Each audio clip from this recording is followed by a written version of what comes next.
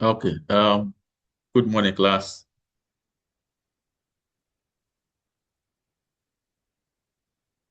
Good morning, Doc. Morning, sir. All right. So we meet once again. Last weekend we couldn't meet because on the calendar there was self-study. So today we will continue with our tutorials. But I just want to remind you that the calendar is supposed to have our next semester next weekend. Is that correct? Yes, sir. Okay. I don't know. So we will try and do something, whether in the form of assignment or maybe during the course of the lecture, we will do something. And then I expect all of you to present so that we can, do that. So today we will look at procurement negotiation or negotiation in procurement. And then next weekend, we will complete it with contracting. And here are the objectives for this morning's tutorials. So the last time we met, we basically focused on supplier selection and development. So we define who a supplier is. And I remember we were clear on that. So a supplier could be an individual and at the same time an organization. And the other thing is that these are business-minded people. All right. They are doing their job for monetary returns. So once you are dealing with them, you need to understand that they are not charity organizations or individuals. They are there or they are giving you whatever service because they want to earn something at the end of the day. And then the importance of focusing on selecting a good supplier. So suppliers may be all over, but our focus should not be on just um, any supplier. We should focus on selecting the good ones.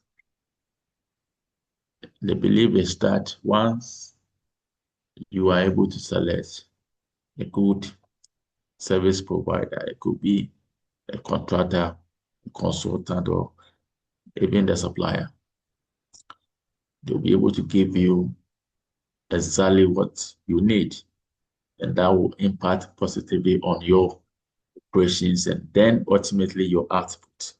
So we should at all times as procurement officers or practitioners focus on this thing by picking the best out of the lot. So there are so many ways we can do that. And I remember we looked at catered tendencies of supplier selection. So Peter came out with 10 things we need to consider. Because sometimes it's difficult to determine if this or that is a good supplier or not. So you need to go or select the supplier based on the tendencies. And then we also look at the SWOT, supplier SWOT analysis. It is also another way or technique we can use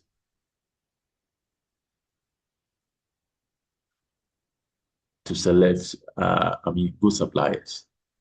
This may not be the only strategy or techniques we can actually use. There are others, but we focus on just two. And then we also talked about supplier development.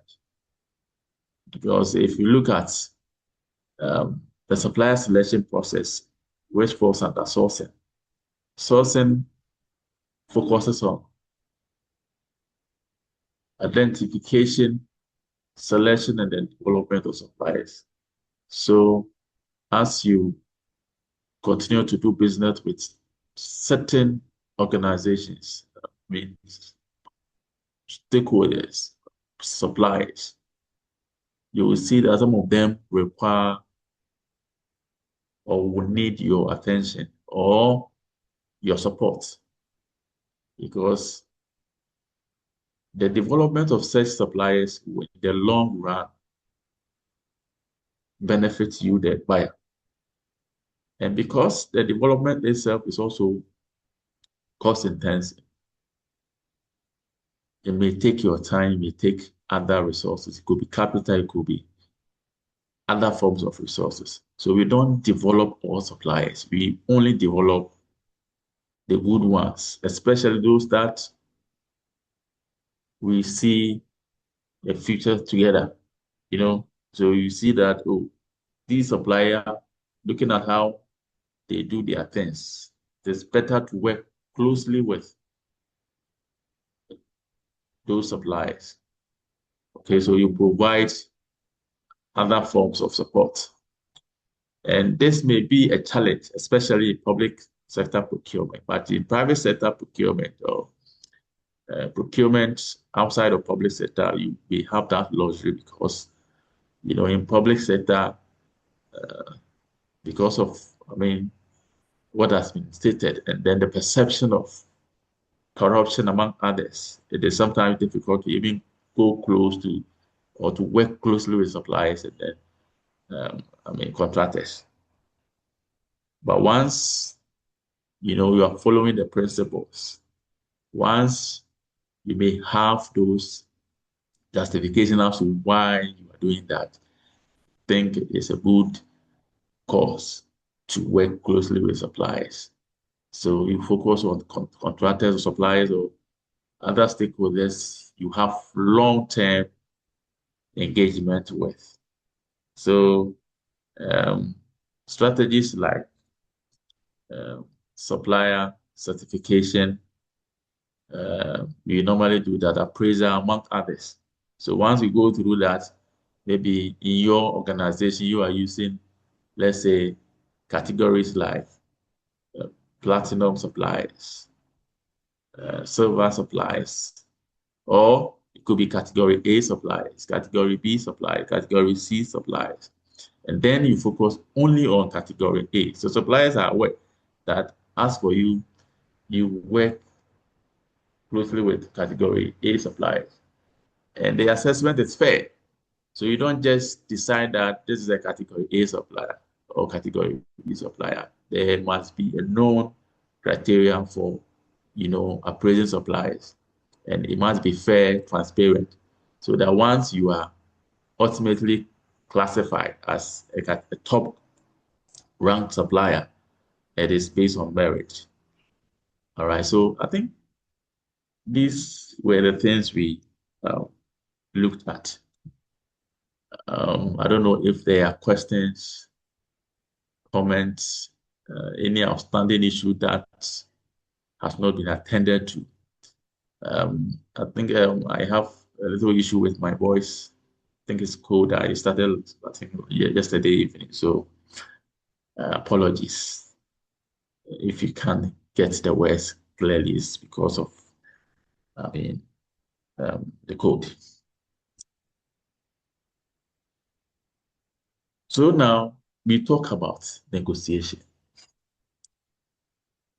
And I remember first year intro to procurement and supply. We examine the qualities or attributes of a good procurement manager, not just a manager, but procurement officer. That I don't know, you know, sometimes depending on the organization, you have, you know, a special nomenclature. But once you find yourself working within that sector as a procurement person, we mentioned that you need to possess negotiation skill.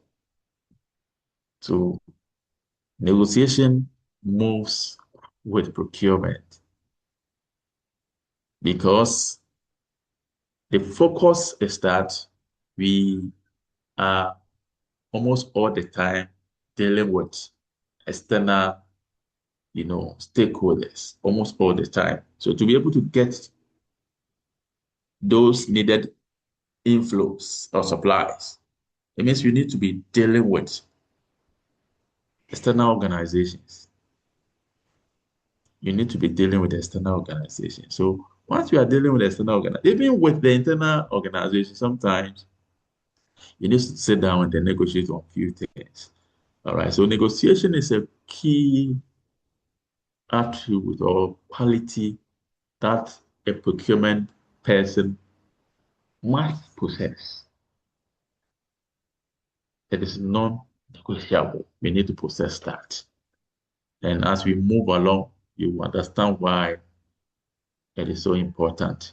If you don't have that skill yet, you need to work on your negotiation skill as a procurement person.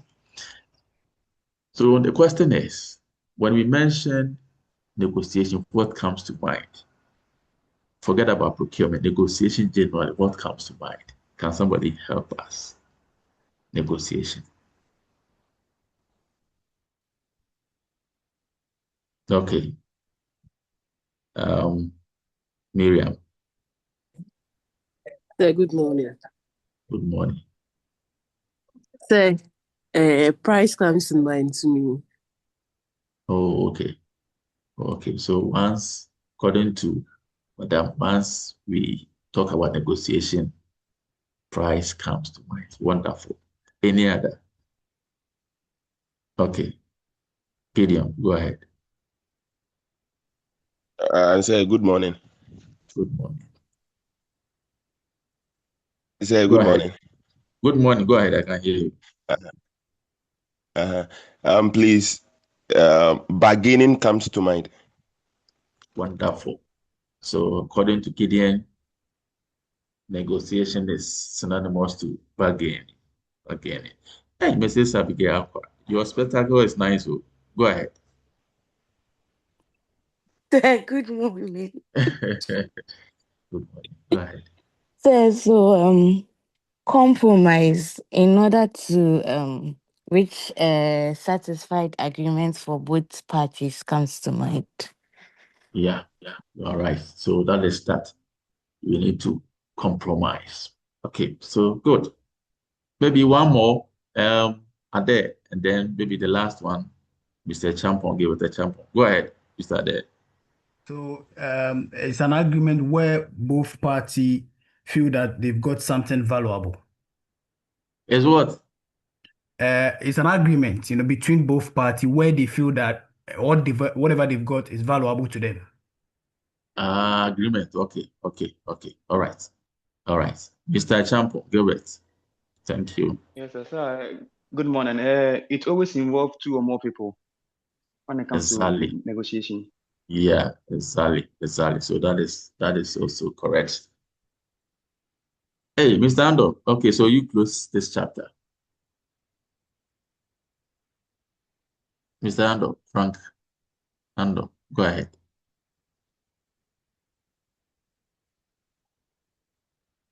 Okay, so we can't hear our brother. So all you said exactly the case. All those things come to mind. So this is my take. When we talk about negotiation, or when we say what is negotiation, you need to understand that negotiation is a dialogue between two or more people or parties intended to reach an understanding, resolve point of difference, gain advantage in outcome of dialogue, produce an agreement upon courses of action, bargain for individual or collective advantage, craft outcomes to satisfy various interests of two persons or parties involved in negotiation process. So you see, you were not wrong. You were not far from the answer. You said exactly what negotiation is. So first of all, just one person cannot undertake a negotiation. You need two or more. And you are negotiating because there's a point of difference or misunderstanding. And for that matter, you want to meet the other, discuss the issue, and then at the end of the process, you come to an agreement or you reach an agreement with your partner or your other party.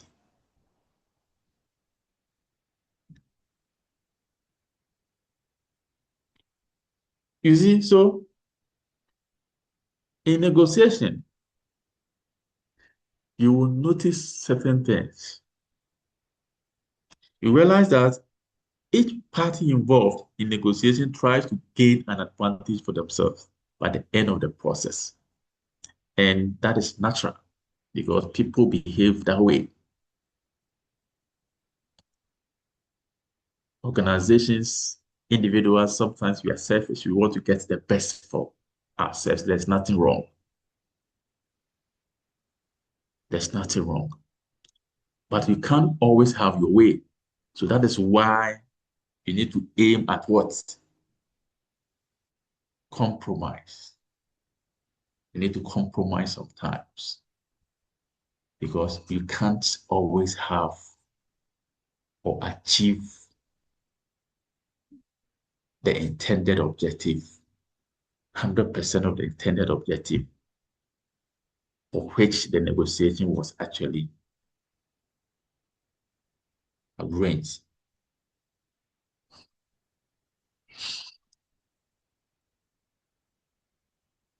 So negotiation, we have seen that it is a dialogue or a meeting of two or more. So this meeting could be physical, face to face, it could be virtual. So we need to understand that we can have negotiation over the phone or through electronic means like what we are doing now. Maybe you can have negotiation via Zoom. And then we can also have face-to-face negotiation. So when you talk about negotiation, it is not only done in procurement. We do negotiation in other areas, in business, NGOs, government transactions, legal proceedings, even between countries or among countries. And then when you come to a personal level, situations like marriage, we negotiate. After marriage, where do we settle? Do we settle in Accra or even in Kumasi or Tamale or Ho? We talk about all those. Where do we start the family? We send them outside. Okay. How much do we spend as, couple? These are all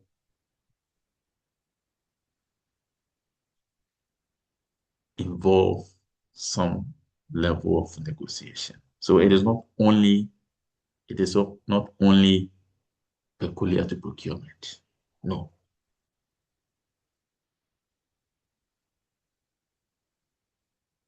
Even this morning, we started something like that because I mentioned that we were going to have a test. We have not come to an agreement or the final decision whether it will be something else. It will be this format or that. So we would negotiate. Negotiation happens almost all the time.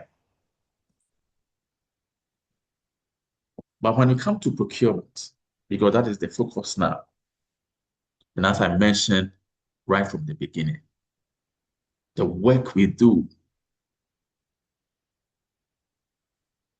moves closely with this skill. So you need to have the math. You should be able to communicate and then have better deals for or on behalf of your organization. So specifically, once you hear negotiation in procurement, it may consider so many aspects. Aspects like compliance with specification. So it is not just about price. Price may be very common, but we do negotiation and you realize that sometimes it has nothing to do with price or even payment terms. The focus will be on what compliance with specification.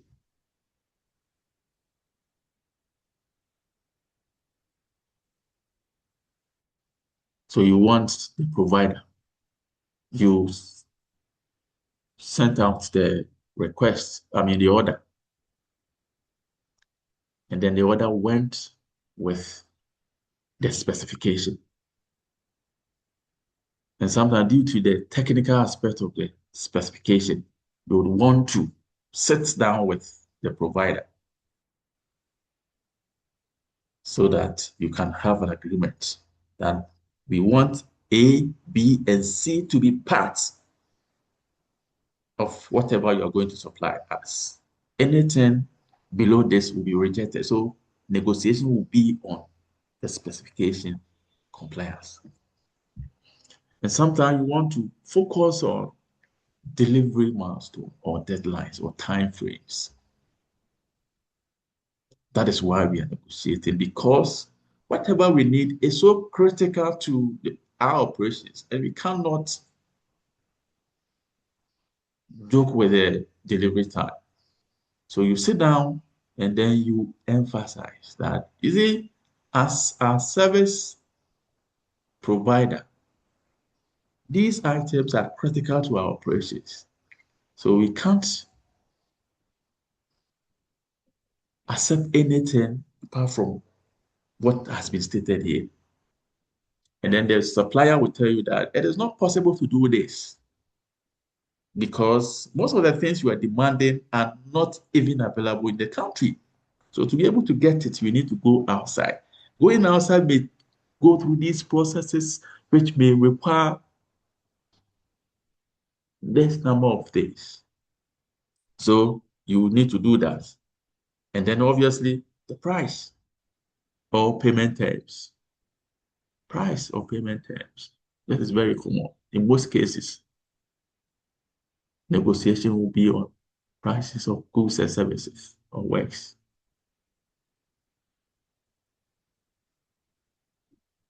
So you think that the prices are maybe too expensive. So you want to sit down and then bring the cost or the price down. Of course, it is one of the reasons why your entity recognizes your importance, reduction of procurement cost. And you can only do that through negotiation. And then sometimes it has to do with the payment terms. The money is there, but as we know, it is a key resource which is in limited supply. So we cannot, or we don't want to pay in full. We want to use a part for other things whilst we negotiate for flexible payment terms.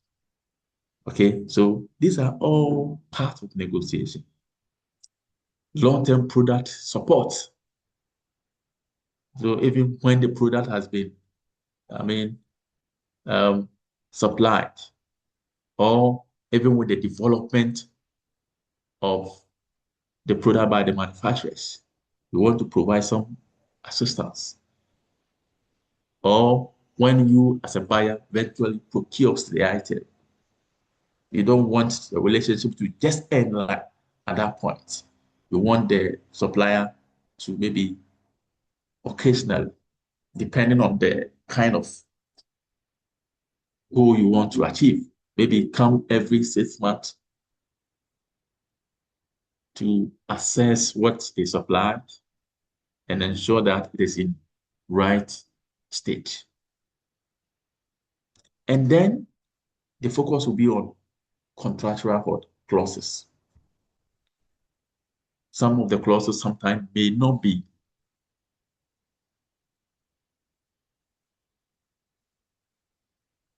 okay to maybe one or some of the parties involved in the negotiation.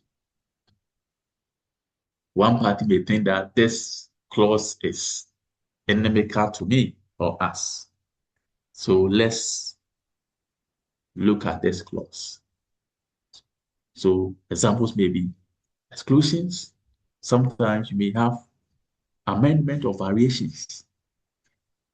Okay. Sometimes you will indicate that under no circumstance will agreed prices will be subject to what negotiation you can. You see, so once you see certain things like that, you say, no, but this is not good, especially if the agreement is long term. You can't have clauses like that. So you may want to have flexible clauses. Once it is beyond 3 months, let us have these clauses there that subject to what happens in the economy.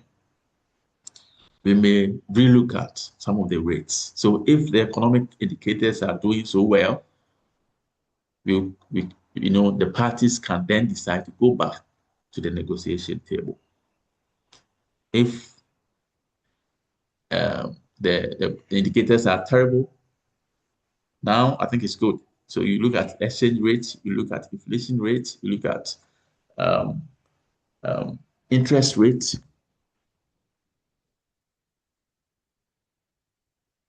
These are all showing, positive signs.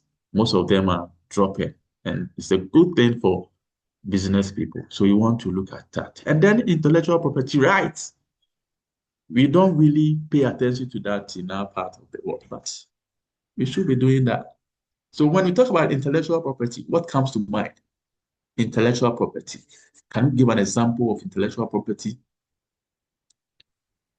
What comes to mind? What is intellectual property? This is not new. Yes. Okay, Mr. Lako, go ahead. Yeah. So it means that owning a right to something, it could be a concept, it could be a business name, it could be having a patent for some innovation. Yeah. Yeah. So something you created out of your ingenuity. Okay. So even when you compose a song, when you author a book, when you create something, you develop, you come out with an invention, these are supposed to be protected so that people will not, duplicate it anyhow. So once you are procuring things, you need to know, do we have full access or right to the item? I remember a few years ago, I bought some books from the US, and then it was written somewhere that you can't, because they knew that, I'm a university teacher, you can't duplicate, you can't make photocopies for your students. It was clearly stated there. It has to do with intellectual property. So do I have the right, even though I'm procuring, do I have the right to do this? How many years will I need to, or the item will fully become mine? Okay, so sometimes you are just dealing with suppliers. You want the goods to be delivered to you, but you don't want to talk about intellectual property rights. So the items will come. And then in most cases, you will not have the access to even resell the item to a third party. So you need to look at those things. And it is a major concern for negotiation. Sometimes you negotiate any everything has to do with intellectual property rights. The contract value is large or capital intensive contract. So you want to, see how best you get the best results or outcome. Because once the value is high, it means that you can't just execute it. You need to get certain things clearly stated or agreed on by the parties involved. Because the moment you mess up, I've been saying it, the moment you mess up, you know that the impact will be high because of the value involved. You see, growing up, and even now, you can easily send a child maybe 5 years, 6 years, or even less than 10 years. Go and buy me something, maybe the cost is 20 cities or 10 cities. You can easily do that. But how many of you will give 10,000 to under 10 years to go and buy something for you? So because of the value, you wouldn't want to do that. The same way, once the procurement value is high, or sometimes it is technical, complex nature, you don't just give contracts. You need to sit down and make sure that what you actually want, you hammer it, you let the other party agree, and then you fully sign to that agreement. So that at the end of the day, the provider doesn't give you something else. And then partnership type of contract, partnership. So as the name goes, once there's partnership, obviously the parties involved need to sit down, know what is required or expected of each partner. Also, what am I supposed to do? What are my obligations? What are my rights as a party to this contract? Okay, so in that case, you need to sit down. You can't just assume. And then when supplier is expected to perform a value-added service. So it's not just what is being agreed on. You are expecting more. Even though you're supposed to supply us this, but we are expecting more. So if you're expecting more, because the suppliers are not magicians, you need to sit down that, yes, this is what you're supposed to do. Supply us laptops, 200 pieces within 2 years. And this is how much we're going to pay you. But it shouldn't just end here. We want you to also agree to the fact that in terms of maybe maintenance or repair, software update, you will provide to us for free. Or maybe we want you to look at this aspect of our organization. Okay, so you are expecting something else in addition to what the provider is supposed to do. So I remember, I think 2014 or so, we were looking for organizations to, conduct medical examination for our students. And I was one of the, in fact, I was the leader. So I said that, no, when you look at university, there are so many things we don't really have.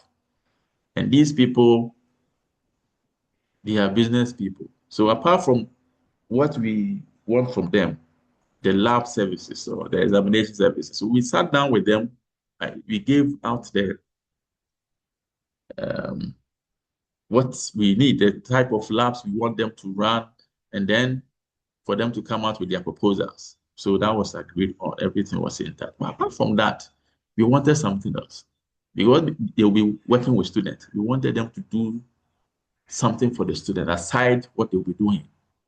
So we propose something else, something like the mounting of student notice boards on campus, provision of sporting equipment. These were outside the original agreement. So it was a value added service we wanted from the providers.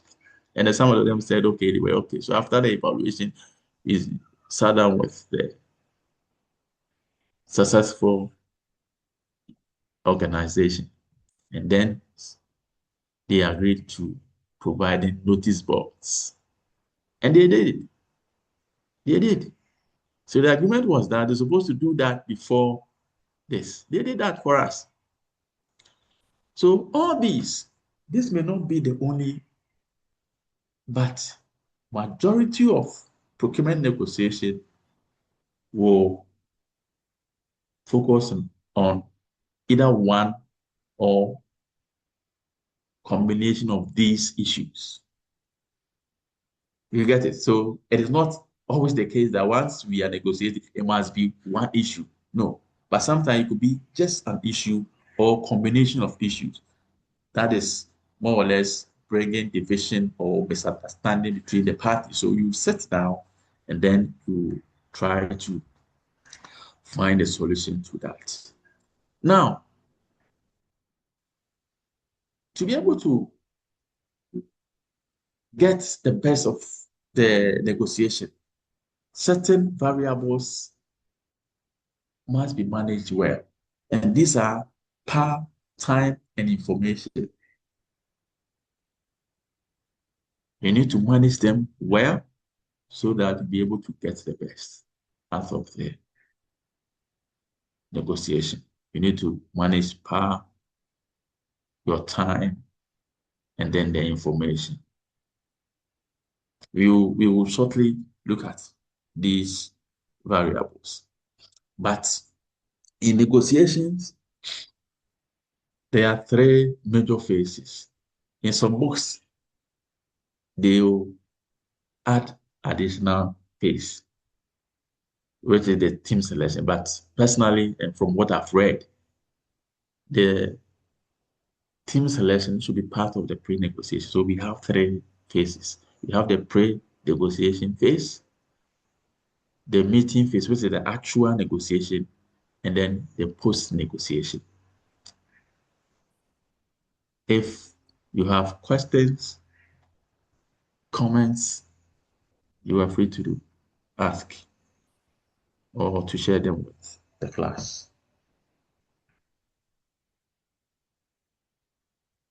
Comments, questions. Okay, so we continue. So these are the phases. It's not just a straightforward activity. There are phases and we need to go through the phases. So we have the pre-negotiation phase. This is a strategy formulation stage. So as we know, negotiation has to do with what? A dialogue, meeting of two or more parties. And because you have the objective of getting the best from the negotiation, you need to come up with strategy. You don't just go there unprepared. No, you need to come out with a strategy. How are we going to handle this negotiation? So you need to strategize. Okay, so once you know what is at stake, then how do we go about it? So it involves looking at your own negotiation objectives, interests, principles, targets, the position and possible interests of the other side, the strengths and weaknesses of both sides reflected in the balance of power. Okay, so you need to look at all this and then say that this is how we're going to go into the negotiation. So the strategy must not be limited to just you. You need to, because you want the best, you need to look at you. Even though it is not a fight, but you need to look at the party, your negotiation partner or party. So at this stage, the negotiation team prepares a negotiation plan specifying the issues to be negotiated and the objectives to be achieved. And whenever possible, quantify the objectives and set maximum and minimum negotiation parameters for the negotiation team. Very simple. So the pre-negotiation, so recently we wanted to strike. We wanted to strike, but I think the issue has been resolved nicely. Okay, so we had a strategy, and then these parameters were clearly selected. We knew what we wanted. But you see, we are not the only party to the negotiation. So the other party is also coming to the negotiation table with their own strategy. So that is why we mentioned compromise. Okay. But the compromise must not go below your minimum target. Because as you are going, for instance, if you are maybe focusing on price reduction, by what percentage point? You need to have it. You should have done some calculation while you are pushing for, let's say, a price reduction of, let's say, 10%. So that is what you want to. Okay. And because negotiation, the other party will maybe propose a counter offer. So what is your minimum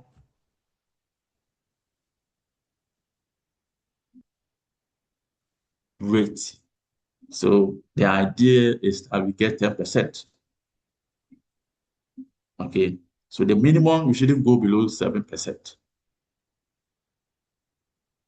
Because it's negotiation. Yes, we need to compromise. So sometimes, maybe things will be much clearer from the party's point of view. And, because we want the best, we need to, compromise.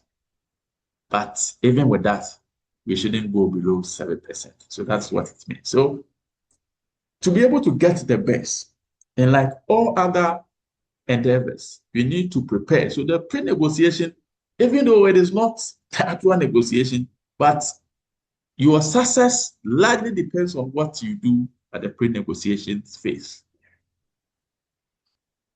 Your success at the negotiation largely depends on what you do at the pre-negotiation phase.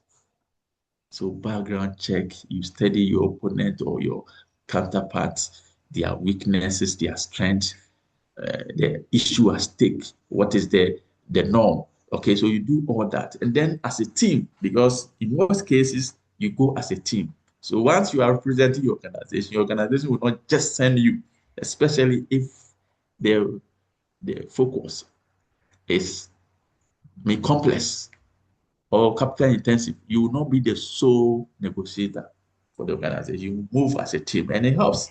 So you prepare all the team members, you know the strategy you are using, and then you move. But sometimes because of lack of operations, we belong to the same team. I am pushing for 10%. My other team member is pushing for 2%. And you see, once you do that, the other party will be looking at you. Are these people serious? They are confused. So we come to the actual negotiation, the meeting phase. And this phase comprises 4 stages. We have the opening stage. So here, you need to be welcome, show interest and respect. Okay. So ensure refreshments are at hand. Could be breakfast, could be snacks. And then you chat. It is not a do or die. So this is how the bonding starts. But you need to be professional enough. So make purposeful talk, find out about them as people, check their authority to negotiate. Be warm but firm. Agree on the agenda, expected outcomes, and time scales. So we are smiling, laughing, but it doesn't mean that you just run over me. No.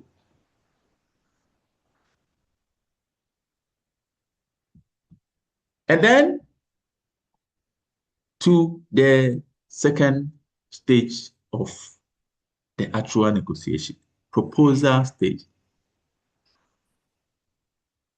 I forgot to mention, you see, so negotiation will definitely start from somewhere. Somebody will push for the negotiation. Okay, so maybe after going through the contract, after looking at something, you think that certain things are not very good or favorable to you. So one part, it could be from the buyer side, it could be from the supplier side. So it must not always come from the what do you call it, the buyer side. So whoever push for the negotiation must come out with a proposal. So what is the proposal? Maybe you are pushing for a reduction of maybe the procurement value by 30%. So you table the proposal. If it is coming from the supplier side, the supplier negotiation team will table the proposal. So it is not one-sided. It is not one-sided.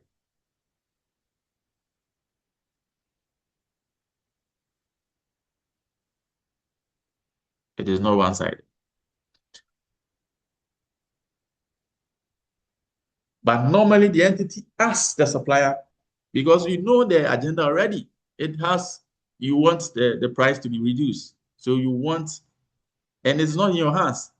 So you are asking this.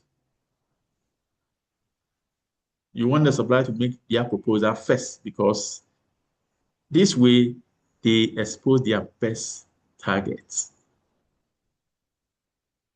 But as you are thinking this way, they are also looking at how they will compel you to make the first proposal. So that is why we need to be very smart.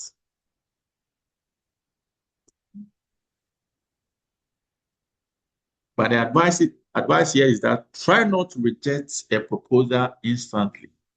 Make a counter proposal immediately, or use irritating phrases. Try not to reject it. It is not the best.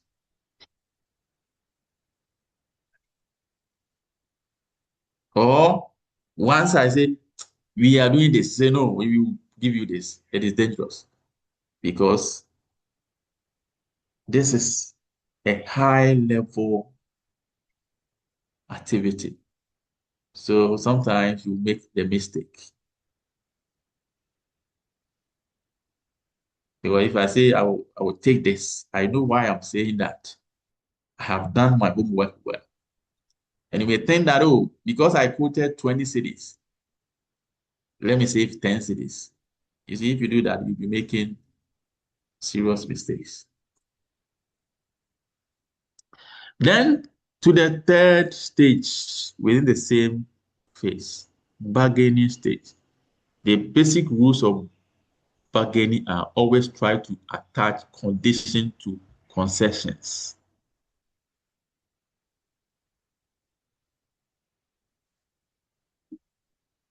And it's very, very good. Attach conditions to concessions. So if you are reducing it, you need to attach something to it. Okay, so if you are reducing the price by this, then the payment will be done, maybe 1 month after or 1 week after this. You are doing something. You need to attach conditions. You are accepting something, but you are attaching something to it. Try to give way on variables which may be of little value to you.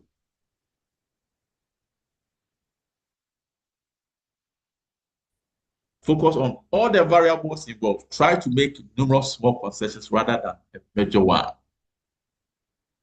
because you want the best. Then to the final stage, the agreement stage. Negotiation without agreement, it means that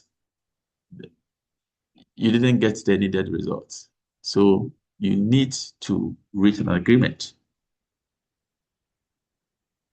So once you think that you have an agreement, clearly summarize and state what has been agreed upon so that the parties will know. Oh, okay, so now you just re-emphasize or rehash. So now the new price will be, instead of 20 cedis, which was the original, now you'll be taking 12 cedis per unit. Is that correct? Okay, so you capture that.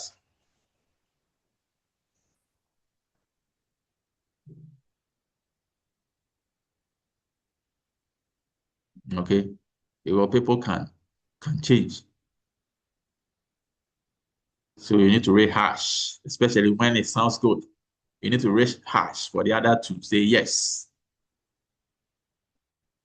And you need to understand that this is not the end, but the beginning of a working relationship. And then to the final phase, which is the post-negotiation phase.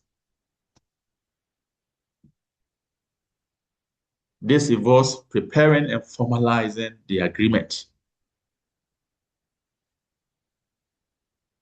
monitoring and managing the implementation, and evaluating your negotiation performance. So once you are done with the actual negotiation, it doesn't end there. You need to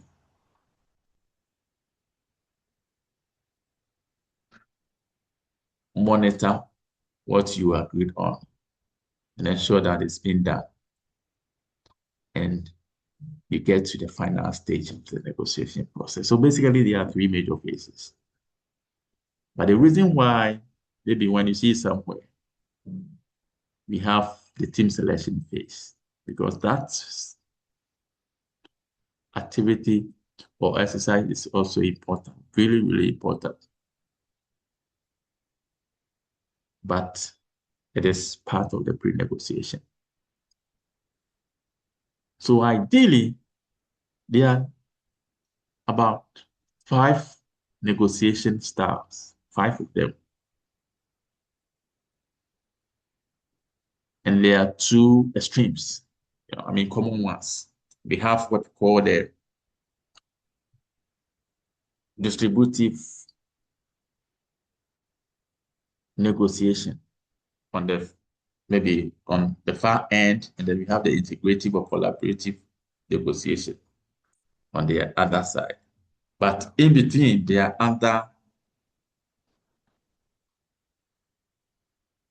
styles. Okay, so we have distributive, which is also known as competitive, or the first part, win-lose. That is the approach, win-lose. So there's more or less competition. It is the moment one wins, the other loses. So I am happy with the outcome. The other party is not happy. So more or less a loss to the other part.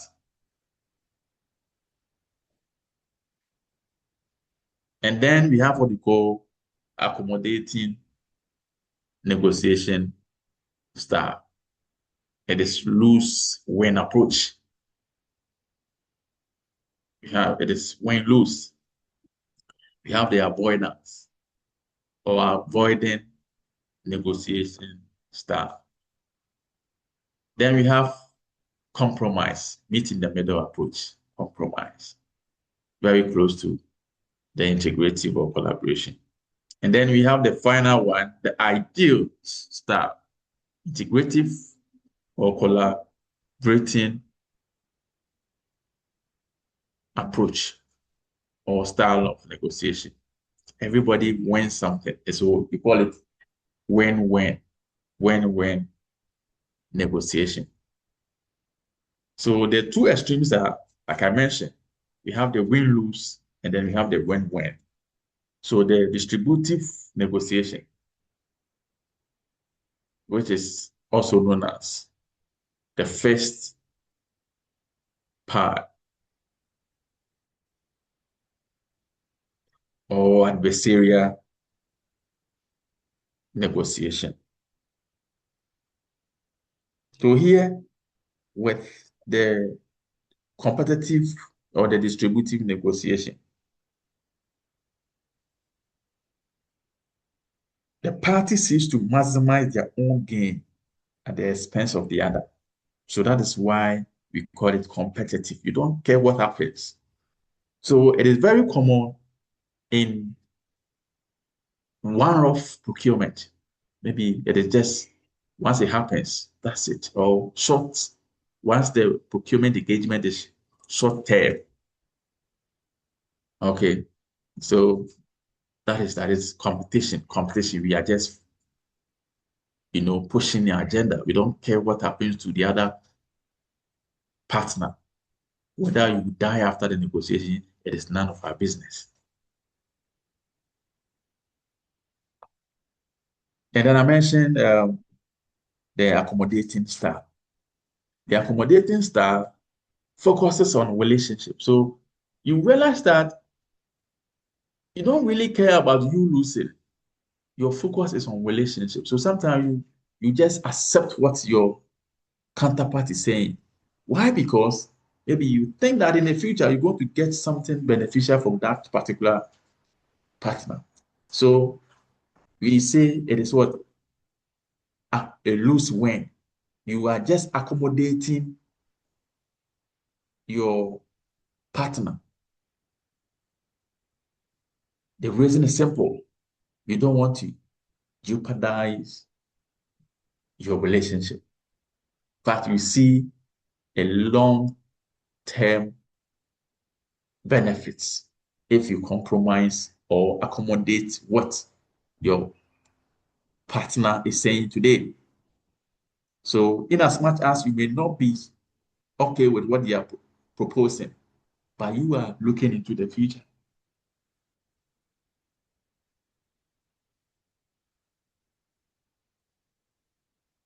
So here, the negotiators on one side will concede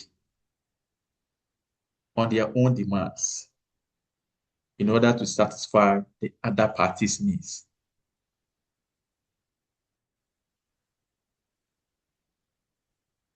And don't forget, why would somebody do that?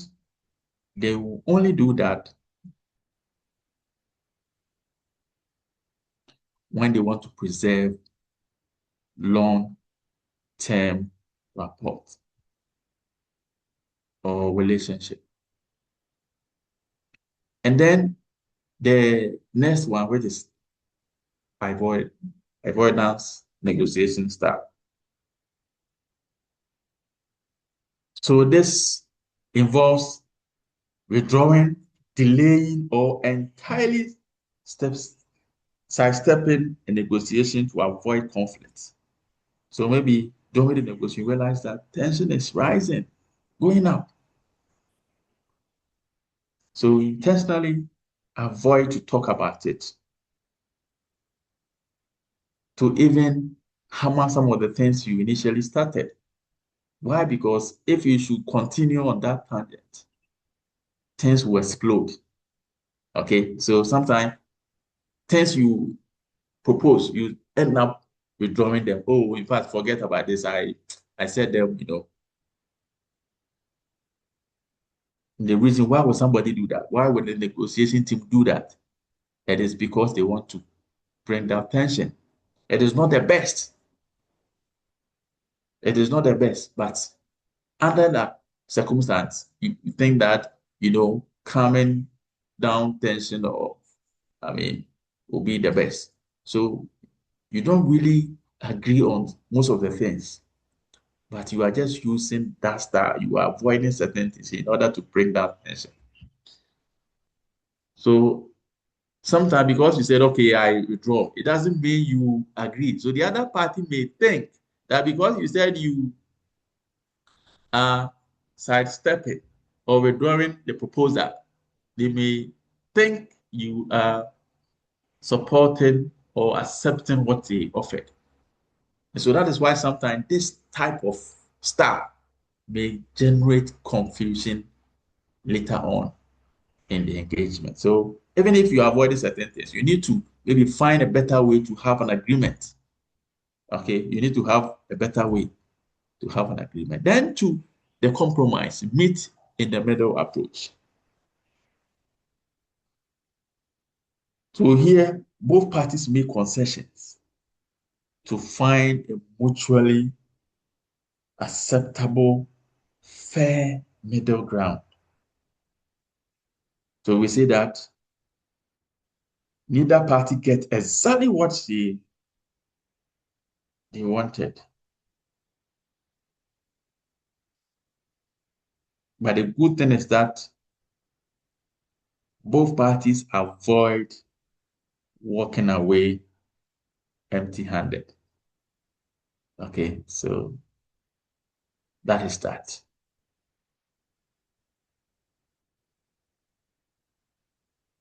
Meet in the middle approach. You don't get exactly what you wanted, but at least you'll be okay with the negotiation. You get something. So sometimes you are pushing for 10%, but you end up getting 4%. It is still good. It is still good because it could have been worse. So that is the only consolation. It could have been worse. It could have been consolation. It could have been worse. It could have been.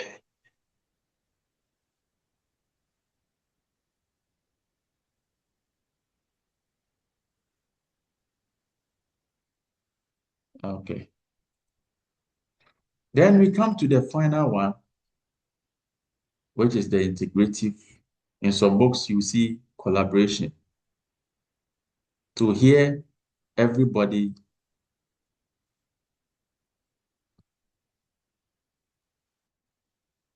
win something. So the two extremes, as I've mentioned, are the distributive or the competitive one, and then the integrative or the collaborative style. So here the parties involved, once it's integrative, look at the name, integrative or collaboration.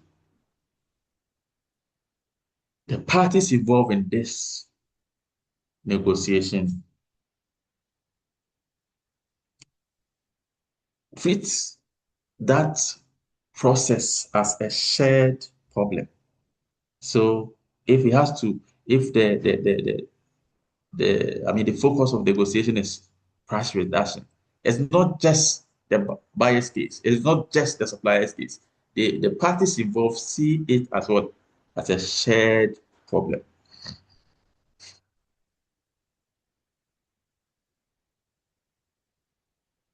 Okay, it's a shared problem. So it's not a battle for, um, for one to win or to lose. It is a shared problem. So this is normally the best for long-term engagement. Long-term. So when the relationship has moved from just transactional relationship to strategic alliance or partnership, two different organizations, but you see yourself as one because you have shared aspirations. So once you are talking about, once you are having anything on the table to agree on, it is not just one person's or one party's issue. It is, you see it as a shared responsibility. So once it is a shared responsibility, you try to find, the solution together.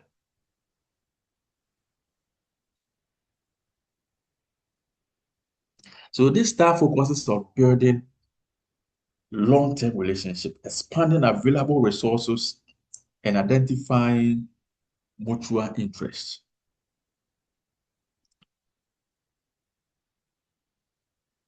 to ensure that both parties walk away highly satisfied. So it is win-win. So you cannot adopt this style when the procurement focus is one-off or a short term. Okay, so it depends on the relationship you have with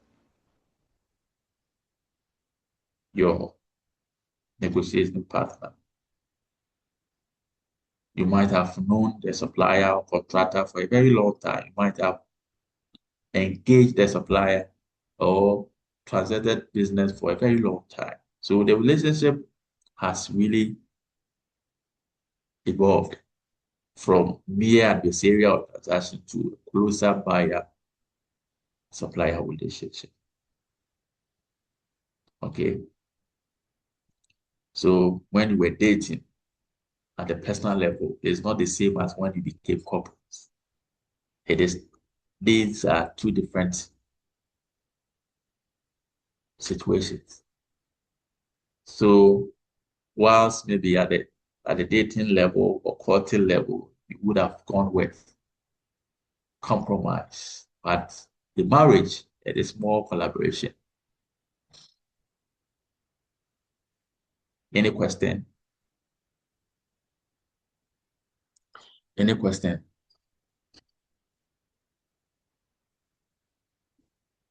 Are you with me? Yes, Yes, Doc. please. Doc. Yes, we are with you. Okay, go ahead. If you have, Doc. The go quick ahead. one in the section of the accommodation negotiation, say how would one be shaking hand to agreement whilst knowing that he's losing to the he's losing in the negotiation and still accepting it like that in the section of the accommodation? Okay, so like I mentioned, you see, before you go into the actual negotiation, you should have done your preparation so you know what the other party is bringing on board. You get it? And you realize that this party organization, looking at how they are doing things, looking at their operation, looking at everything, they look promising. Okay, they look promising. So at the beginning, if you make things difficult because it happens, once you become tough, it creates some certain impression on the minds of people. People will say you are this or that, but you are looking into the future. So today, I'm just accepting what you are saying. It's not because I'm happy, but I am looking into the future without you knowing it. They are thinking about relationship, relationship in the future. So that is why, okay, so even if they say this, you will still stick to it because it's not just today. You see yourself, you see that company, providing you with, critical services or products in the future. So once you start today, and then even if you don't get whatever you want, at least tomorrow you get it. So that is the motive. That is the motive. So you are looking into the future. That is why you want to accept whatever proposal they are bringing. So far as it will not affect your organization badly, you are looking into the future. Okay, so you just accept it. You have evaluated the situation well. So once you say, okay, we are going with you, we know that it's not going to negatively affect us. But it is one of the strategies we are using to get better deals in the future. I mean, from you, but we are not telling you now. That is why we are just accepting what you are giving us. Okay, so Yes, Doc. it is. Doc. My exception is on that because that one I clearly understand the explanation for that, but I'm on the distributive because it is a win-lose, meaning that the other party never knows that he's going to lose to the agreement or what. But the accommodation, that one with an intent that in the future there might be something good to achieve. Okay, so let me. Which one are you talking about? The distributive negotiation, because that one is a win-lose, meaning that a party is winning with the other party losing. With the accommodation, it clearly makes sense that Okay. you are losing to gain in the future. But the distribution, the So, distributive. yes. Okay. So maybe I didn't. So the distribution is very simple. It is the other name is what? Competitive. So more or less you are in competition. You want to get the best. So it's like buying things from, the market. So sometimes when you meet them, they will tell you, you see, this one, it is because of you. I think I mentioned something to you the other day. It is because of you. You won't get it anywhere. So in your mind, you may think that, oh, you are getting the best outcome from the negotiation or the bargain. But from them, you are losing. So you are not even aware that you are losing. That is the meaning, because you are in competition. You get it. You want to get the best. Whether you see, so if your supplier tells you that this is the best price I can give you, it could be true, it could be false. You get it. So assuming it is true that I'm giving you, sometimes they tell you I'm not getting anything from this, so it is because of you. So in your mind, you would think that, oh, I'm winning. So you don't care what happens. How many of you will say that, oh, I don't want you to lose, to make losses? So you add something to, don't just say it's me, but just add something. How many people will say that? So you don't care what happens to the supplier. You just want to get the best of what the negotiation outcome. That's all. So whether the company, the supplying company collapses or not, it is none of your business. As far as you get whatever you want, you're okay. And then the same applies to the supplying organization. Once they are able to sell their product to you at the price they propose, they're okay. They don't care whether you use the product or we come back to them. They don't have any interest in that. So that's why we say it is win-lose. There's no way the two of you will come to, win-win. The other party is trying as much as possible to get the best. So once you get the best, it means the other will get the worst, outcome. So it Well is understood. competitive. It is competitive. You don't care about any form of relationship, after that engagement. All you want is now, and I want the best. Are we okay now? Thank you, Doc. Thank you, Doc. Well understood. Thank you. Yeah. Okay. I think I saw Michael. Michael, go ahead. I have 3 questions, Doc. The first one is that when we were talking about the proposal stage, okay, I stand to be corrected, but the impression or the understanding I had was that any of the parties could make the proposal first. Is that right, please? Okay, so I'm saying that before you start the negotiation, the parties, first of all, know what is at stake. So that was the meaning. Before we start, assuming we say we are going for negotiation, the supplier will know why we are going for that negotiation. You get it? So yeah. I'm saying that it could come from either the supplying organization or the buying organization. Okay. The negotiation, I'm talking about the negotiation itself. It could originate from either the supplier or the buyer. Okay. Yeah. What the meat I want to, or the juice I want to squeeze out of this is, does it, the party who makes the proposal first or who starts the process for the negotiation, is the party in any way disadvantaged? That's the first question. Can I proceed with the other questions? Go ahead with the second question. Okay. The second question is that when you were talking about the negotiation types, the compromise, where both parties need to compromise in a way, and then at the end of the day, they are both happy. Is it not also a win-win? Because if it's going to be a win-win, then of course, there are going to be trade-offs and then compromise. Okay. The third one is that I would also want to understand this, that the kind of negotiation you are going to have, be it a win-win, lose-lose, avoidance or any, depends on the matter in issue. So that, for instance, I would not, it wouldn't be prudent on my part to go and negotiate for something like a pen and say I want a win-lose.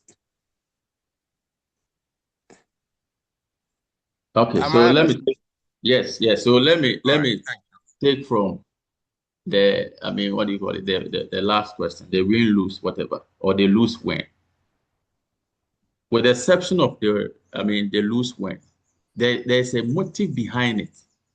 Okay, there is a motive behind it. And I said that the focus is not just this thing. You are looking at future engagement.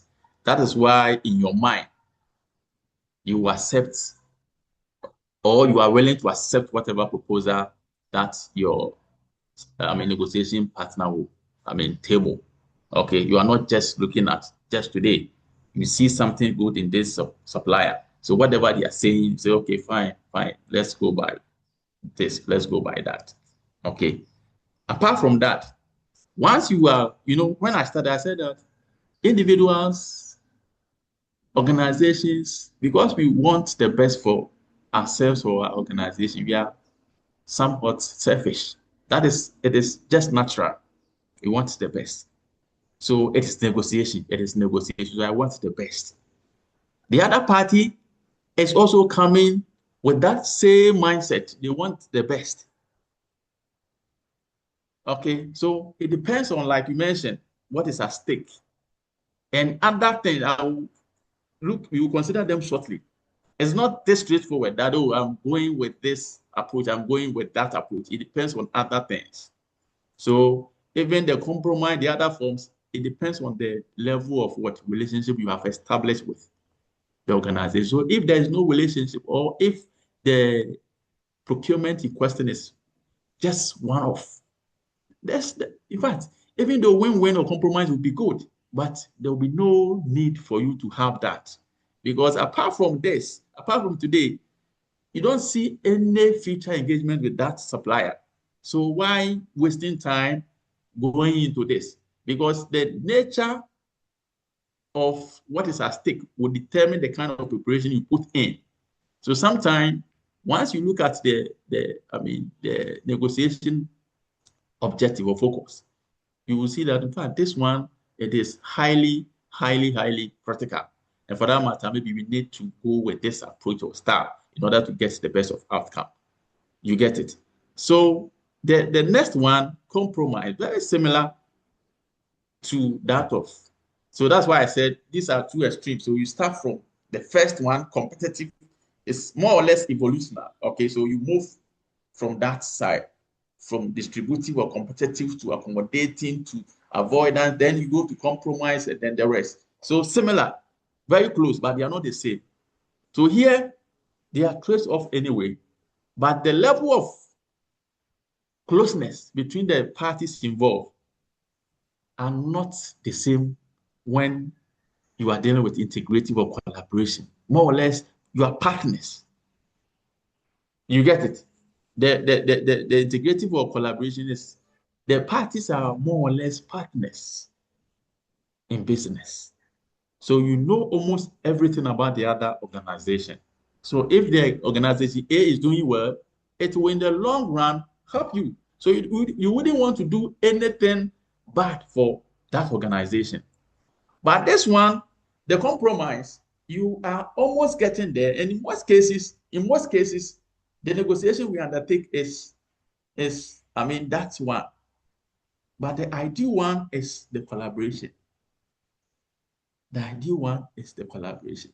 But you don't just undertake collaboration or integrative negotiation is the best. Because it's the best. You just do that with any organization or any issue at all. You just want to go with that style. That is not the case. I don't know if I have been able to answer, the question. Yes. Satisfactory.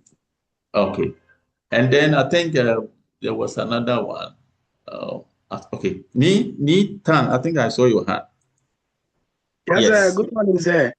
How are you? Sir, I'm fine. Sir, please, my question is negotiations. Can negotiations fail? And when negotiations fails, is there anything called remedies available? Thank you, sir. All right. So negotiations can fail. Yeah. Negotiations can fail, especially when members take entrenched position. You get it? When members take entrenched position, they are not ready to compromise, or the other party is trying to abuse power among others. So negotiation can fail. So that is why before you go to negotiation, you come out with negotiation, what do you call it? Terms. Now, this is what we are not going below this. There's an agreement before you go into the negotiation. All right. So it can fail, especially when the other party thinks that they are this or they have the right to do this, especially depending on, when I think in the middle of the letter, I said that there are certain variables we need to manage in negotiation. I mentioned power, I mentioned time, I mentioned information. So you are saying that, oh, I know a lot, I've read about this. This is not the right thing you are giving us. But the other person is insistent. And you are also sticking to whatever perception you have. Obviously, it will not end well. Okay. But because there is pre-negotiation agreement, maybe you fall on that. There are several instances where negotiation failed. That's very common in labor negotiation. Another form of negotiation. It happens a lot. Yeah. So we need to look at. Yeah, hello, Doc. Okay. Yeah. We need to look at. Doc, sorry. One more question. So, at the pre-negotiation stage, whereby you set up your team, you draw up your objective, I would like to find out, does the profile of your team members have any impact on the negotiation itself? For instance, my team, I come up maybe with Nitan, with Mr. Day, with other people. And then on my team, you see that Mr. Day has a PhD. Nitan has a PhD. Another person has, three masters. Does that have an impact on the negotiation itself? Thanks, Doc. Amen to that. Of course. So, sometimes when you look at it, it does a lot. So that is why, first of all, when you want to go into negotiation and you know what is at stake, you select your best,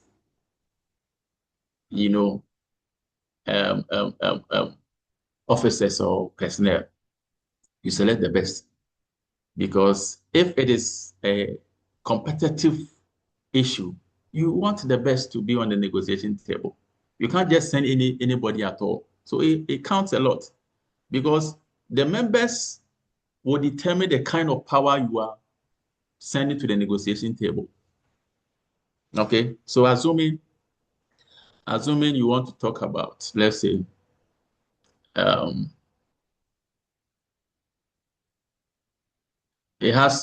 focus is on specification, drawings, and then you have engineers, people who really understand engineering drawings among others. These people will help you to, raise or correct certain errors. Okay, so when people are talking, when people with authority are speaking, you just sit down and say, they really know what they are saying. They really know what they are talking about.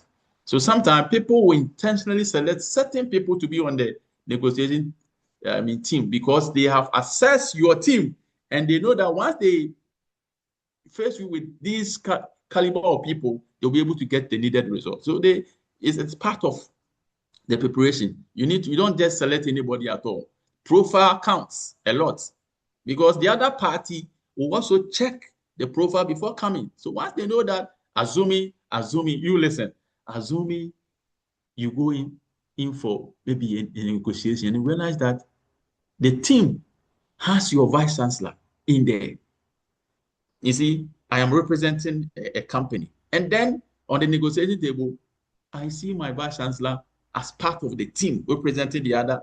Wouldn't this, favor that team? Because at least, if nothing at all, he is my vice chancellor. So certain things I will not be able to say it. It is difficult and all that because of the power they have. You get it? So it counts a lot. But let's look at some of these things. Sometimes it's not just the qualification, it's how you are able to use it. It's not just the qualification. You may have 3 PhDs, You may have 5 masters, whatever. Some people, they have double bachelors. It doesn't really matter. What matters is the power you possess. Do you have that authority? If you call yourself a procurement person, and then anything procurement, you don't have that power. You can't even say it as it is. It is not enough. So people, before they come, they know that the profile is good. But when we start and realize that your contribution is not solid, then people know that, oh, they just appear on paper. The name is just on paper. They are not strong. You get it? So knowing that you are coming to the negotiating table with a tough team will even help you to prepare adequately to face you. But during the negotiation, whatever you say, that's why we do a lot. Maybe at the beginning, I said that at the negotiation, the actual negotiation, there are 4 stages. Maybe snack break or breakfast, something we are talking, and I realize your mindset, how you see things. Then I know that this guy is not a tough guy. I can easily, handle him because he's not that solid. You get it? Because I was a few years ago, I was selected to be on the interview panel for, we were um, interviewing people for, leadership position here. And one guy, we saw the CV, massive CV, with a PhD from, I will not mention the country. So the guy came, and then once you want to teach, it's not just about you telling us. PhD is research. So obviously, once you are done with your PhD, the perception is that you will be very strong with your research. And then we started asking questions on research. The guy was something. He said, hey, and you have a PhD. So what type of research did you do?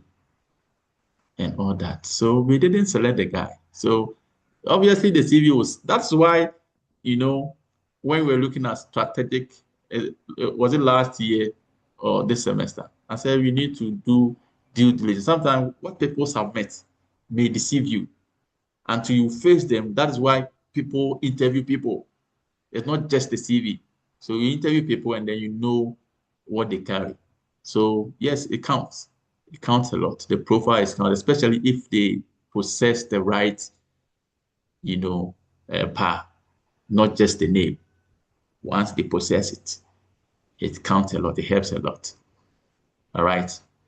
So we need to look at these types of power. There's something we call informational power. Informational power. So you need to have the information, not just about reading the information, reading or having those qualifications, but at least you should be able to link whatever you have learned to the issue at stake. Okay, so we are talking about, let's say, prices, inflation. The supplier is saying that, inflation in Ghana is unpredictable. Today it is single digit, the next moment it is that. Fair. So that is fair. But because you have read and you know what is at stake, you go back to, data, historic, data. So in the past 10 years, in the past 20 years, what has been the trend? Then you talk to the issue. Yes, what you are saying is true. We normally have, but it is between this and that. Even the last 10 years, the average inflation rate was this. And then if you go back to the last 20 years, it was this. We can even go back to the last 30 years, it was this. There has never been a situation where inflation is more than this in the history of this country. So once you say it, and then the guy said, this guy knows so you're not just processing the information. You really understand the information and can connect that. We call it what? Informational power. Informational power. And then there's another form of power known as legitimate power. Legitimate power. And this stems from, your titles, your qualification, as Michael mentioned. Okay. You are coming from here, you are this, you are that. It is legitimate. Maybe we have there's an issue and then we are in negotiation with the vice chancellor. The vice chancellor is coming to the negotiation table with that type of power, legitimate. It is because of the position he holds. But sometimes, because he is the vice chancellor, he may be tempted to bully the other party. So when you become too much, engrossed to the titles, whatever, and the other party feel bullied, they may reject the negotiation outright. So that's why sometimes some negotiations fail. It's because of that. I am this. I am this. Some even at home, I am your father. I am your mother. So even negotiation, they don't want your view. They are just telling you that I am this. Yes, you are the father. You are the mother, legitimate. But once you put that, it appears that you just want to have your way.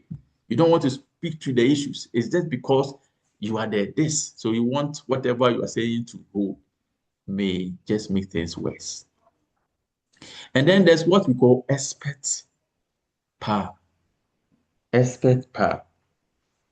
So leveraging specialized knowledge or technical data to validate your position. Okay, so expert in this. That is why the team you select, you don't have to select based on emotions. You select based on what the issue at stake. At least one of the members of the team must be expert in what is at stake. So if it has to do with engineering, drawings, designs, at least you need to go there with an expert. No matter what. Because you can't possess every knowledge. You may be very good when it comes to procurement proceedings and processes, but this is technical. You are not an engineer. So you need that. And then there's what you call reward and then cohesive power. Reward. So you have the power to probably give. So when people realize that you can some way, somehow favor them in the future, they are very careful when they are dealing with you. People are like that.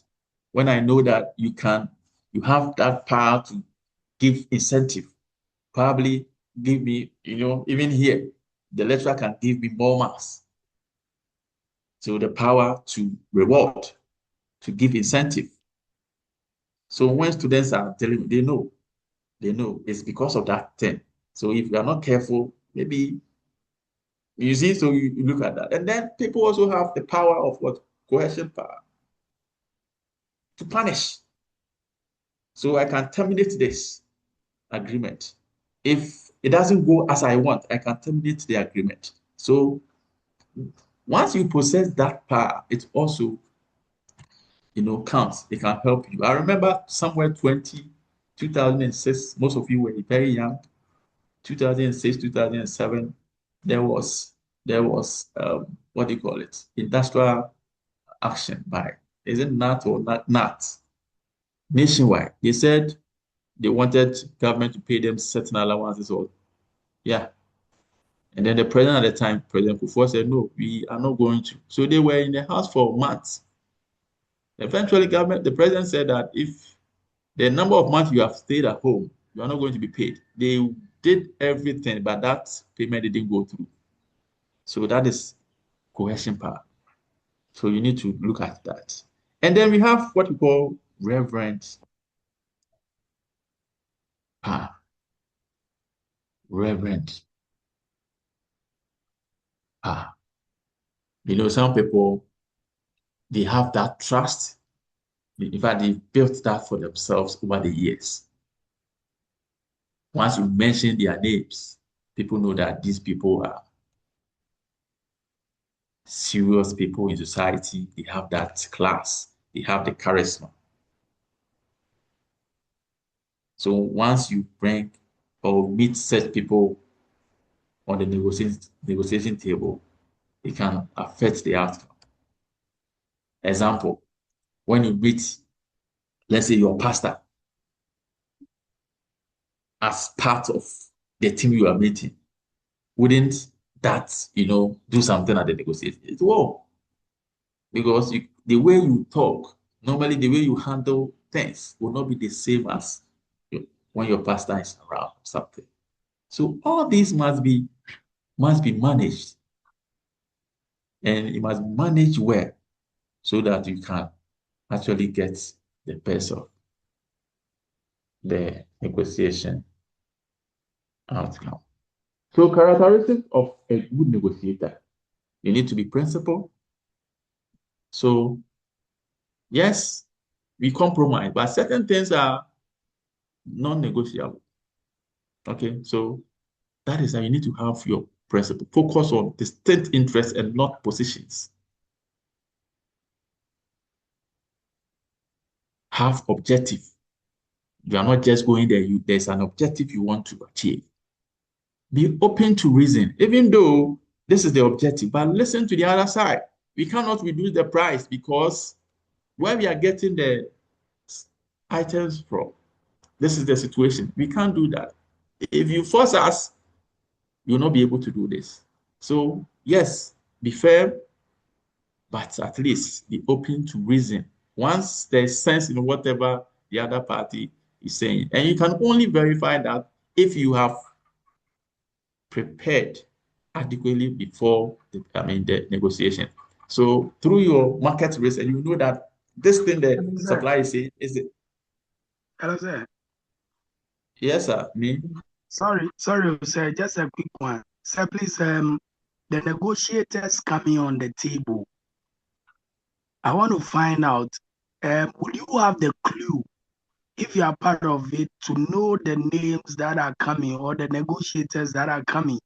And for instance, if you realize that maybe your former boss or your clergy or maybe your chancellor is on that negotiating team coming, can you excuse yourself and say, oh, look, because of the relationship you had with these people, it would be best for you to stay aside so that someone else go? Is there a possibility? Yeah. So before the actual negotiation, you know the members. At least you should know the members who are coming, unless it is not a serious negotiation. But for serious negotiations, you have that information, and then you have every right. But sometimes, due to the issue at stake, you may be the only,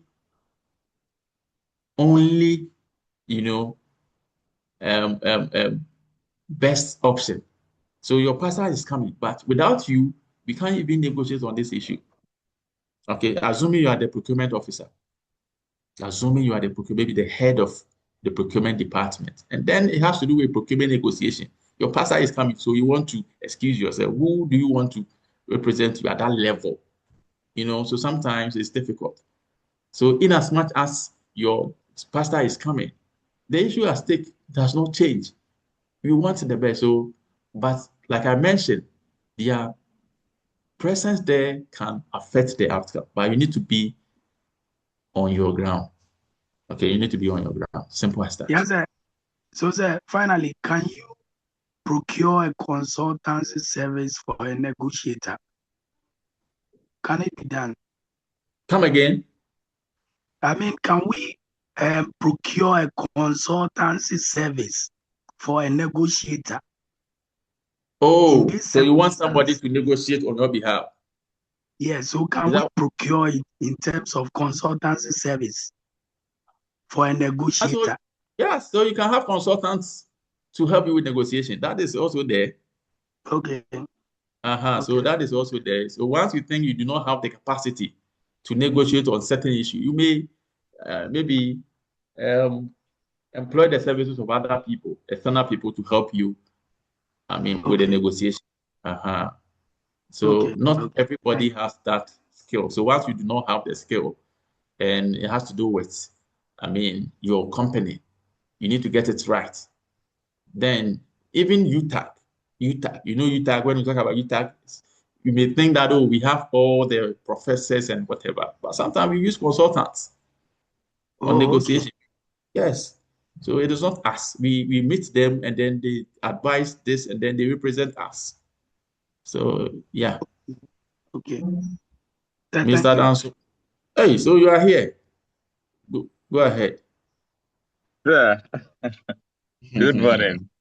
Good morning. So I was also asking, I think it's always good on the negotiation table when we meet familiar faces. Normally, since we are all industry players, when we meet on that level, it's very easy because we know the terrain very well. We understand the scope and all that stuff. So it makes negotiation more easy, and then I think it also makes um, you know, because definitely you want to stand his ground. Okay, I can only do 70. I can only do 50. Yeah. So more or less, yes, we get to the middle between 70 and 50. There was a 60. Yeah. So when we have people who are versed in the industry, like the technical guys are more around, it makes things very easy, because these are familiar faces who knows the terrain well. That last time we paid 60 here. So if ROE changes and we are only paying 65, I think it makes sense or something. So basically, I think we have familiar faces. Also help in a way. Not because you always have to. There was supposed to be compromise from each other anyway. You can't go straight and say this is what I stand for. Sometimes you have to lower the gaps more so that we can all have a win-win negotiation. Thank you. Thank you very much. Thank you very much. And then to add something small to what you said, you see, when you know people or have known faces, can't be they will be able to open to you. Maybe during break time, they will tell you that this is the situation. Oh, there's nothing. You see, they will tell you certain things because they know that you are also, in the same um, level as them. They can review. But when you don't know people, it's difficult to review or open up. That is the thing. But once you know people, you are comfortable to share certain confidential information. You need to be fair. In fact, we can't do this. It's because and you open up. So, oh, okay. All right. So that will even make it easier. But there are some disadvantages. So we need to weigh the both sides. I think, Mr. Dako, I saw your hand. So this is sort of like a follow-up question to what Mr. Nathan asked. When you look at the procurement principles, there's integrity in there.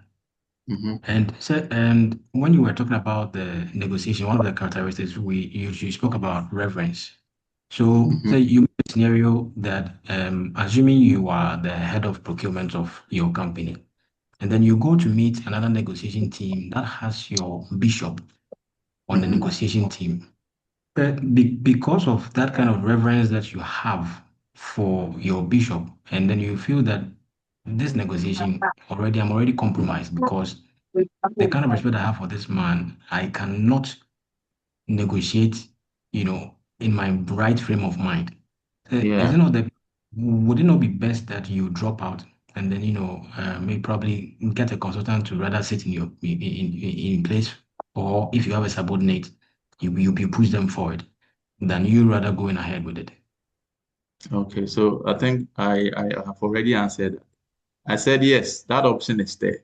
But sometimes you may be the only person that can or that is supposed to do that. Because when you talk about experts, you may be the most qualified person. So because of your bishop, you want to go away and then for the institution to incur additional, cost. So you need to look at those things. All right. So that option is there, but you need to look at what is at stake. Okay. All right.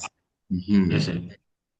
Okay, so these are some of them. You need to be a good communicator, able to listen actively, and then able to take decision. So, and then I mentioned principle. So the fact that your pastor is coming, once you are doing the right thing, you can, look at that. Our time is far gone. And then sometimes, our posture communicates a lot. So not only negotiation, even interviews, lectures, normal, conversation. Our body language communicates something. So we need to be very careful, So when we do certain things, what it means, I don't know, especially when you come to Ghana, we don't like to speak to people by looking straight into their eyes. I don't know why. Most people don't do that. They will just look straight briefly and then they turn. You see, the white people don't like that. Once you do that, they may think you are lying or you are hiding something. Okay, so all those gestures must be, properly be considered. So, example, negotiating on price. Never accept the first offer. Okay, so this is just the basic trick. Never accept the first offer. Never, even if you know that is the best, that is the best. Never accept the first offer. Make a low counter offer in return. Always ask what else they can include at that given price. I already mentioned that concessions, and then you make some attachment.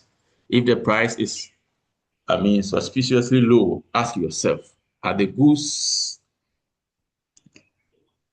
of sufficiently high quality? Do they really offer value for money? What will after sales service be like? Okay, so if it has to be with the price, these are some basic stuff you need to do. These are some basic stuff. So sometimes when people quote and you don't ask anything, you may think that they respect you. No, they don't respect you. They think that you are something. This guy, maybe you think you have money, that's why you don't even ask for reduction. So it's not a good thing. If you know, even if you are certain that this is the price, at least try to test, the pulse of the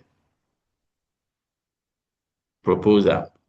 And then if the price includes features you don't need, so in order to lower the price, try to lower it by asking to remove those features from the deal. So if you don't need it, if you don't need those features, it is making the price expensive. Ask for those things to be taken. And then you use your bargaining power to get a good deal. For example, if you are a big customer of the supplier, you could ask for bulk discounts. Oh, we've been doing business with you for 10 years. We have been a major this. So can't you give us discount of this and that? You get it. So these are all. So once all the points have been negotiated and a deal has been agreed, it's best to get a written contract drawn up and signed by both parties. People can change their mind. Okay, so both parties should agree on what the contract will cover. Typically, it will include details of price, payment term, delivery schedule, among others. And then a clause stating the supplier's right to ownership, among others, must all be captured. Now, depending on who holds the bargaining power in the negotiation, the terms used may be your own terms, the suppliers, or a mixture of the two. So like I said, it can come from either side. And so the terms, once it's coming from you, then you come out with the terms. So note that you should consider getting legal advice when drawing up your standard terms and condition. Okay, you need to do that. But in negotiation, you need to also consider that sometimes due to certain factors, the buyer may have a stronger negotiation position. Sometimes due to certain factors, the supplier may have a stronger negotiation position. And some of these factors include the following. One, demand is not urgent. So when demand is not urgent,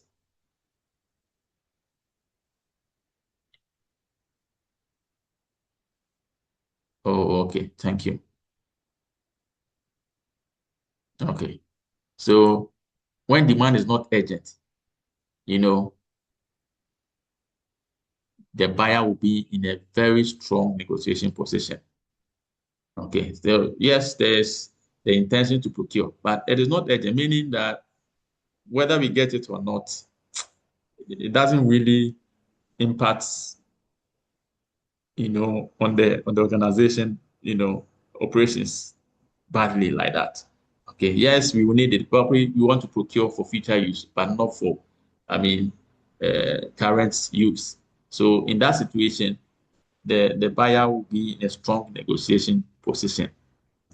And then when um, the suppliers are keen for the business, they are desperate. So desperation can lead to so many things. They really want to, do business with you. You are not interested, but they are interested. They are pushing for the business. So once you see that suppliers are doing that, and this normally happens in procurement, there's something we call unsolicited proposals, or quotation. You are there, and then a supplier will just come to your office and then show you proposal that, oh, we are selling this, we are doing this. If you are ready, we can give them to you at this.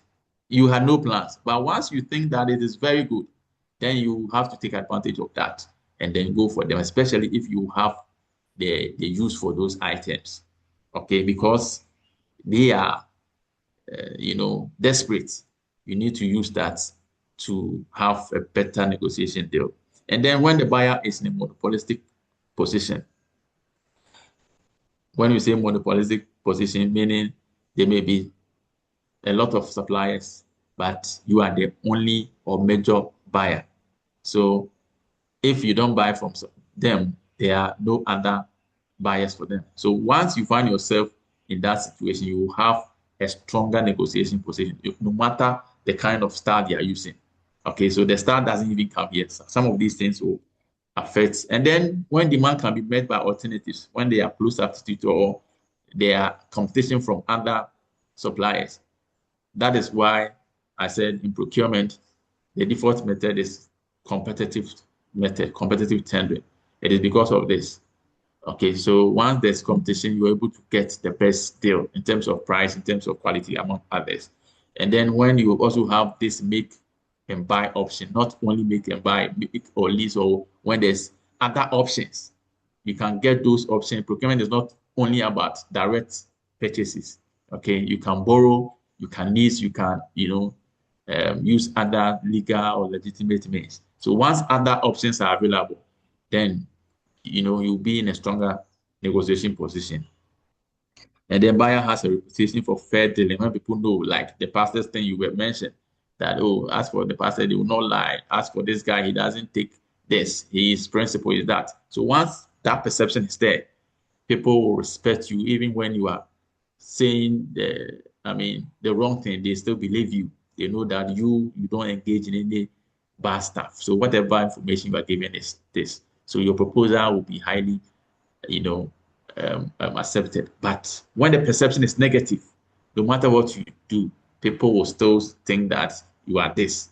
When you are even saying the truth, because you've been tagged as a pathological liar. No matter what you say, whatever you're saying is not the truth. And then when buyer has excellent supply market intelligence, as procurement, you need to be, researching, studying the market. So once you know what is happening on the market, you know all aspects of the market. Suppliers cannot just come and lie. When they mention this, you can even give further information and tell them why it is like that. When they realize you have everything, you have a better negotiation position. So this and others. But like I mentioned, negotiation is not all about bias. Sometimes it is the buyer. Can you give a scenario, maybe one or two, where the supplier will be in a stronger negotiation position than the buyer? Can you give one or two before we end this lecture?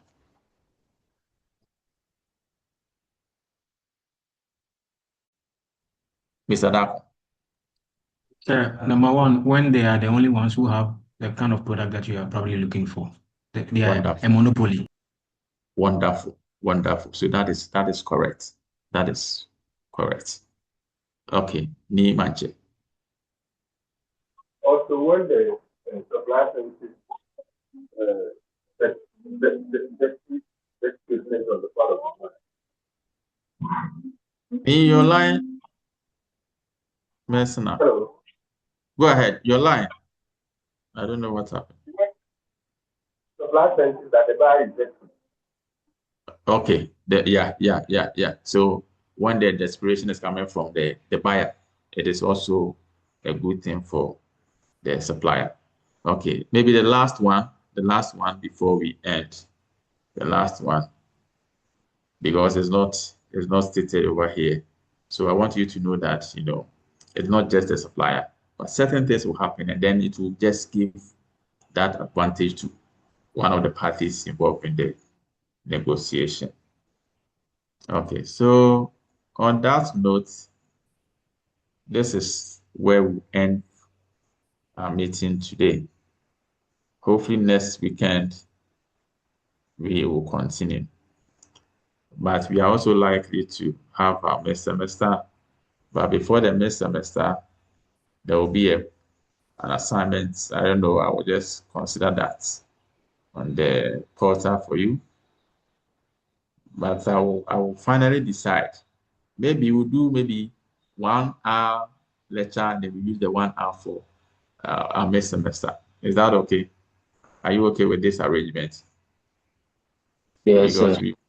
we want to follow the calendar.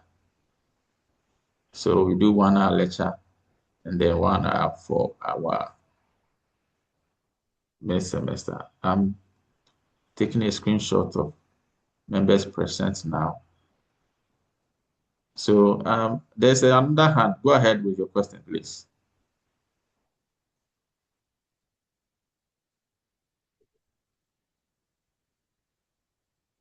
Okay, so I am done. See you next week. Enjoy the rest of your weekend. Bye-bye. Bye-bye. Bye bye, sir. Bye bye.